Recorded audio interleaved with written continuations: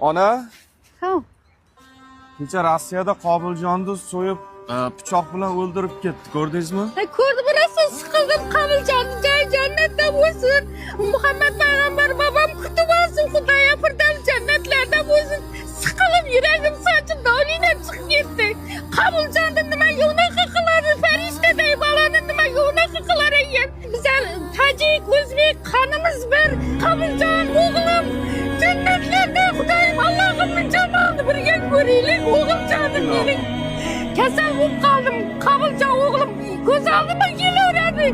Oxirida so'ymashdan oldin dada deb baqirdi. Undan battar siqildim, undan battar yig'ildim. Allohim dada deb dedirdi-da, dadasi kutib oldi uni jannatda. O'sha uchun dada dedi. Qobiljon o'g'lim, men senga meni ko'rib turibsan, senga firdavs jannatlar